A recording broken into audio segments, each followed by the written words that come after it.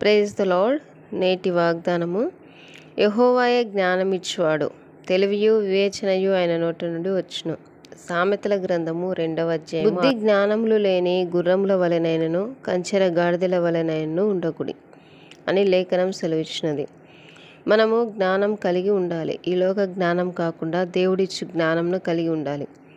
పైనుండి వచ్చు జ్ఞానము మొట్టమొదట పవిత్రమైనది, తర్వాత సమాధానకరమైనది, మృదువైనది, సులభముగా లోబడినది, కనికరంతోనూ మంచి ఫలములతోనూ నిండుకొన్నది, పక్షపాతమైనను వేషధారణైనను లేనిదే ఉన్నది. మీలో ఎవనికైనా జ్ఞానం కొదువుగా ఉన్నడలా అతడు దేవుని అడగవలెను, అప్పుడు అతనికి అది అనుగ్రహింపబడును. ఆయన ఎవరిని గద్దింపక అందరికీ ధారాళముగా దయచేవాడు. యెహోవా యందు భయభక్తులు కలిగి ఉండుటయే జ్ఞానమునకు మూలము. పరిశుద్ధ దేవుని గూర్చిన తెలివియే వివేచనకు ఆధారము. బుద్ధి జ్ఞాన సర్వ సంపదలు ఆయన యందు గుప్తములై ఉన్నవి. ఆమేన్.